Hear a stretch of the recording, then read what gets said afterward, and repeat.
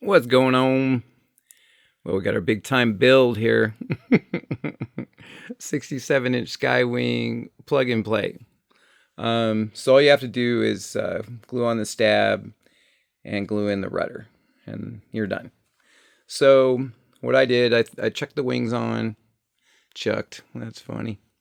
So yeah, I put the wings on, mounted them up. Let's see. Yeah, I mounted the wings, and then I dry fit the stab, pushed it in place real firm, and then I took some measurements from the wing, tip of the aileron to the tip of the elevator, tip of the aileron, tip of the elevator, and got an 1/8 inch difference. And to me, that's on a plane this size, 67-inch and everything, that's totally acceptable. You could do a little whittling with your X-Acto knife.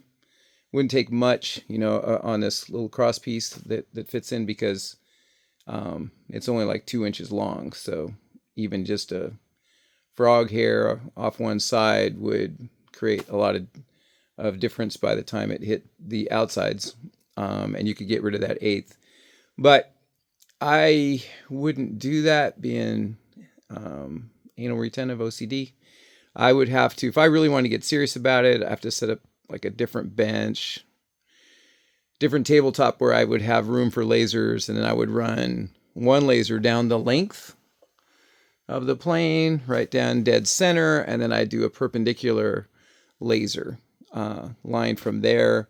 And then I would measure, because I wouldn't, I can't change that's the thing. You start getting into crazy stuff. Like, you want to make sure from that line that wing is perpendicular, the main wing, and then the horizontal stabilizer wing you would want that perpendicular. So to me, it's more important that this be perpendicular to the center line than it is that this be 1/8 of an inch off, because I could fix that 1/8 of an inch, and then it measures good, and then you think you did something good, but then you actually might have sat there and thrown the horizontal stabilizer out of square with the center of the fuselage. So, they jig all this stuff up, and yeah, 1/8 of an inch to me on a 67-inch plane, in that distance, you're talking the distance all the way from the elevator tip to the wing tip, which is a good little amount. I forget what it is, 34 inches or something, but an 1/8 inch in that distance ain't much. I was going to measure, is that 34? I'm going to sit here and try to prove my point. Let's see. It's going to be some crazy filming here. Okay, so yeah, so that's in that 34-inch range. And yeah, I don't know if you guys are following me, because I'm meandering, but yeah, it's all jigged up, and the main wing could be off, a 16th or an H from perpendicular to the fuse, and the stab could be off like a 16th of an inch the other way, and that's where my 1/8 is. And then I go to, try to correct it by filing one size down and getting them close, but then they both could be now turned out of square. So yeah, 1/8 inch is good. It's probably a silly video, like most of my videos, because probably none of you guys would even consider it any of this anyway. You would just shove the stab on and call it good. And I think you're going to be fine doing that. The only thing to measure, the only reason to do something like this is in case one got, they're all jigged up, but then one got just totally messed up. It was made on a Friday afternoon at 4 o'clock, and 14-year-old girl over there, making 50 cents an hour US, I think the typical worker, they say. Yeah, she was thinking about getting some dinner, going dancing. So, just totally blew something completely. That's all I was really looking for, is like, if it was a 1/2 inch off, or especially like an inch off, or something had gone totally cattywampus, then, you could actually feel that flying. The likelihood of any of that is so unlikely, that low percentage, that it's silly for me to sit here and talk about it. But that's the reason I measured. If something was just crazy, But within an eighth of an inch, and all things considered, and not wanting to take like a month to sit here and get both wings perfectly perpendicular and try to ascertain, what got sanded this way or that way on a wingtip or an aileron too much or covered, a little thicker or thinner, that's a waste of time. Look at my frame of the plane with all that orange and blue and white. I will see that really easy in the air. I'm grinding my axe here, but yeah, it would have been nice on my 104 to get the one I ordered. But yeah, this should be cool because this is smaller, so more important that this is colors I can see. But yeah, these colors look pretty cool. And yeah, that eighth difference in that 34 inches, that's to me as well within tolerance. And like I said, it would be quite a bit of work to make sure that any adjustment that you did was the correct adjustment. Let's see, I could have just said that in the beginning. Save you 6 minutes. But yeah, I'm calling this the big build. All these guys always call the assembly of the ARFs a build, where even the ARFs are just like a little assembly. You ain't building nothing. And then this is a plug and play, and all you have to do is glue these 2 bits in. So it's not even really an assembly. It's, kind of just slamming a couple parts together. I guess you'd call it assembly, but it'd be like short, quick, simple assembly. Yeah, for the description, I'm going to call it the big build. And then yeah, so that was first thing, So I just measured just in case there was some catastrophic, broken jig that day, something really went wrong, and then I'd take and go fly the plane and go, man, this thing flies all cattywampus. I don't even like this plane, and it'd be that it was the jig. But I knew that it was not going to be that. I knew it was going to be jigged up straight, and everything was going to be fine, and that's what it is.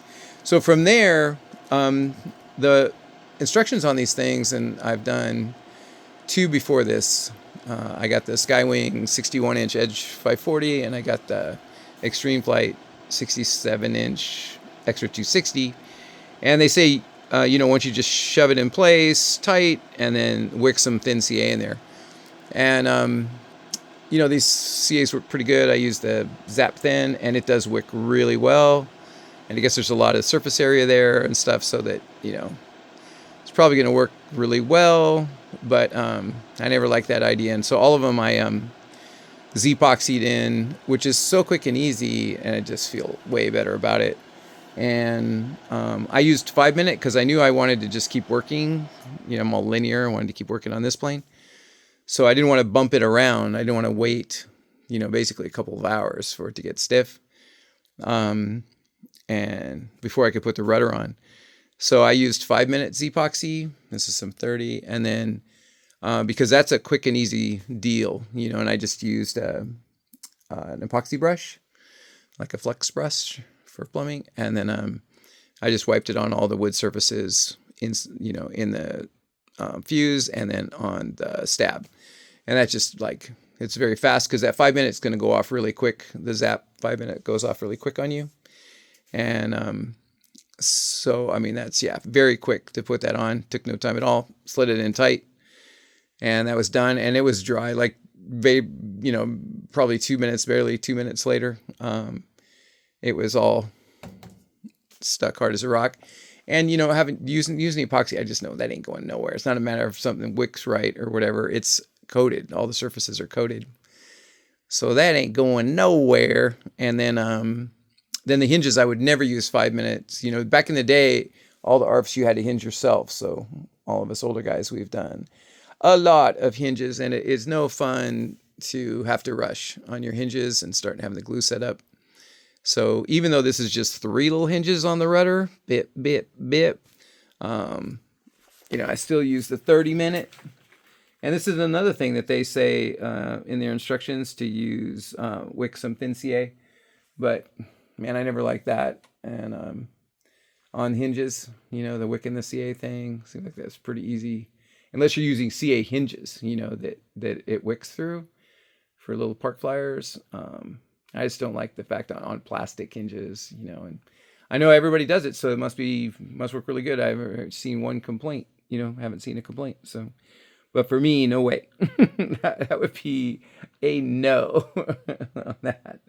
Definitely the Z-epoxy, and I went with the 30-minute. It gives me a lot of time to clean up, a lot of time to adjust first, and a lot of time to clean up. And then since, the stab's already on, I didn't have to worry about beating it up. So that's why the 5-minute worked good. But the rudder, I'm not going to mess with till tomorrow. So just slam that thing on there and let it sit. And so, yeah, that was the 30-minute. I took and put glue with a syringe. I shot it because I have 3 different sizes of syringes because I got all the cool stuff. Shot some inside the slots in the vertical stabilizer, and then I took a epoxy brush, flex brush, and coated the hinges.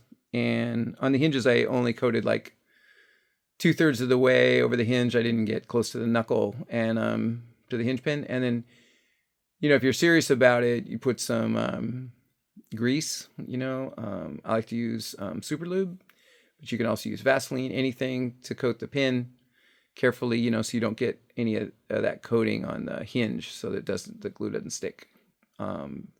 But you can do that for a little protection. But I was just, I had so much time because I ran the 30-minute and I only had 3 hinges, so I was able to do it pretty carefully, and so it's just the right amount. So when they went in, I didn't have any epoxy on the hinge pin at all, so they ran quite freely.